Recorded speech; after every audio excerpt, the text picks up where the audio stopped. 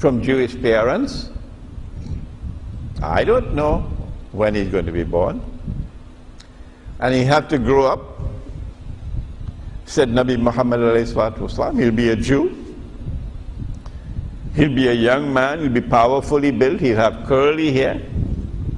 I don't have time to talk about his eyes. But there's a book of mine entitled Suratul Kahf in the Modern Age, in which I have analyzed the eyes. And he's going to stand up in Jerusalem and declare that I am the Messiah. At that time, when he does that, there will hardly be any water left in the Sea of Galilee. What is Imran talking about? Read this book, Gog and Magog. The Sea of Galilee is going to dry up, says Nabi Muhammad ﷺ. So we know, we can look at that and see the countdown. When he declares that I am the Messiah, it is at that time or shortly before that time, I don't know which one is correct, that Allah is going to raise Imam al-Mahdi.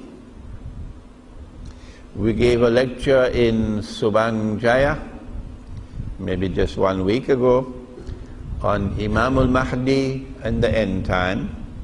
And you can go on YouTube. Brother Ishaq here is doing this wonderful job. We give the lecture tonight. Tomorrow morning this lecture is on YouTube. And people all around the world are listening to it and looking in. May Allah bless Brother Ishaq, who is here with us tonight. It is at that time that Imam al-Mahdi will emerge. It is at that time that Nabi Isa alayhi salam will return. The true Messiah will kill the false Messiah. It is at that time that the clash of Gog and Magog will take place. Large numbers of people are going to die. In Suratul Isra of the Quran, we have a shivering verse, which makes us shiver, which I believe is linked with this event, with the thousands of nuclear weapons exploding. Allah says in Suratul Isra, وَإِن مِّن قَرْيَةٍ إِلَّا نَحْنُ مُهْلِكُوهَا قَبْلَ يَوْمِ الْقِيَامَةِ أَوْ مُعَذِّبُوهَا عَذَابًا شَدِيدًا كَانَ ذَلِكَ فِي الْكِتَابِ مَسْطُورًا. Not a single town or city will escape destruction. Not a single town or city will escape destruction. We will destroy them all. And those which escape destruction will be punished with terrible punishment. Suratul Isra. So the towns and the cities are where Dajjal is focusing his effort to get you to worship him rather than to worship Allah. So security lies in moving out to that place that the Malay call kampung. You know about kampung? If you don't, well, wait until Hari Raya comes and try to drive on the road. Hari Raya means Eid al-Fitr. The remote countryside is where Dajjal's influence will be minimum. The remote countryside is where you're most likely to bring up your children to be good Muslims rather than to join the Blue Jeans Jamaat in KLCC. It is at that time when the clash of Gog and Magog takes place that the power of modern Western civilization is destroyed. Electronic warfare is not possible anymore. And so you return to conventional warfare, horses. And Nabi Muhammad ﷺ spoke of an army, a Muslim army coming out of Khorasan, which will be unstoppable until it liberates Jerusalem. But the hadith about the liberation of Jerusalem appears to me to indicate that this is not going to be any big clash between us and them. Rather that at that time the Jews are going to be fleeing, not standing and fighting. Here, listen to this hadith with which we'll end the lecture.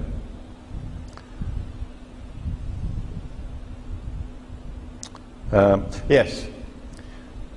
It is in Sahih Bukhari. لَتُقَاتِلُنَّ الْيَهُودِ. You'll most certainly fight the Jews. No government in the Muslim world today, none dares to quote this hadith of Muhammad alayhi salatu wasalam, except perhaps those who are now afraid they're going to be attacked, or those who are already being attacked. Yes. لَتُقَاتِلُنَّ الْيَهُودِ. You'll most certainly fight the Jews. Which Jews? Is the Prophet speaking about those Jews who are standing with us Muslims in condemning Israel? Is the Prophet speaking about those Jews who are struggling with us to liberate the oppressed Palestinians from Israeli oppression? Come on. No. You do not seek meaning and come to conclusion based on the study of a solitary hadith. The Prophet ﷺ is speaking about those Jews who are wicked oppressors, who have turned their backs on the truth which is in Judaism. Those Jews. لَتُقَاتِلُنَّ الْيَهُودِ. You'll most certainly fight the Jews. وَلَتَقْتُلُنَّهُمْ. And you will defeat them. حَتَّى يَقُولُ الْحَجَرَ. At that time the stones will speak. A stone will speak. Ya Muslim, هَذَا يَهُودِيٌّ وَرَائِي فَتَعَالَ فَقْتُلْ. There's a Jew hiding behind me, so come and kill him. Come and kill him. So they're going to be running on that day, not standing up and fighting. This lecture is meant to put hope in the hearts, particularly of the young ones. For we now live in an age of great darkness, with dark clouds over us. War on Islam intensifying every day. This lecture is meant to make your hearts strong. Don't give up. Do not despair. Hold on to the truth in the Quran. Hold on to Nabi Muhammad alayhi salatu wasalam.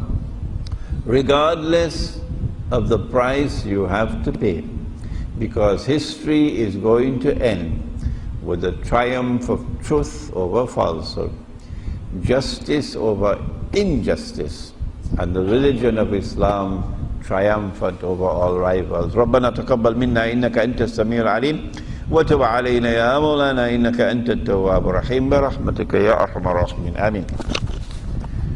صلاة العشاء.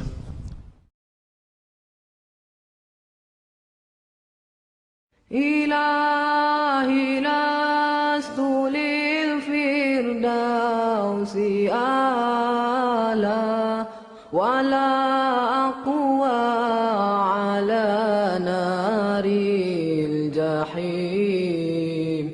الله فهب لي توبة واغفر ذنوبي فإنك غافر الذنب العظيم.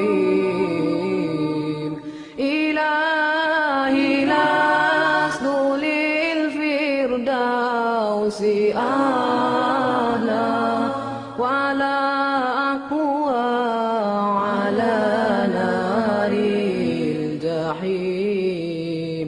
الله فهب لي توبة واغفر ذنوبي فإنك غافر الذنب العظيم.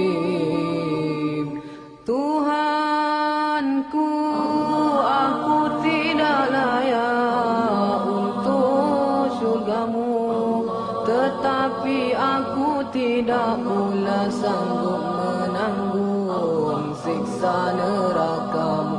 dari itu kurniakanlah ampunan kepadaku, ampunkanlah dosaku. Sesungguhnya Engkaulah pengampun dosa-dosa besar. Tuhanku, aku tidak layak untuk syurgamu, tetapi aku tidak pula sanggup menanggung siksa nerakamu. Dari itu kurniakanlah ampunan kepadaku, ampunkanlah dosaku. Sesungguhnya Engkaulah pengampun dosa-dosa besar. Ilahi nastulil firdausi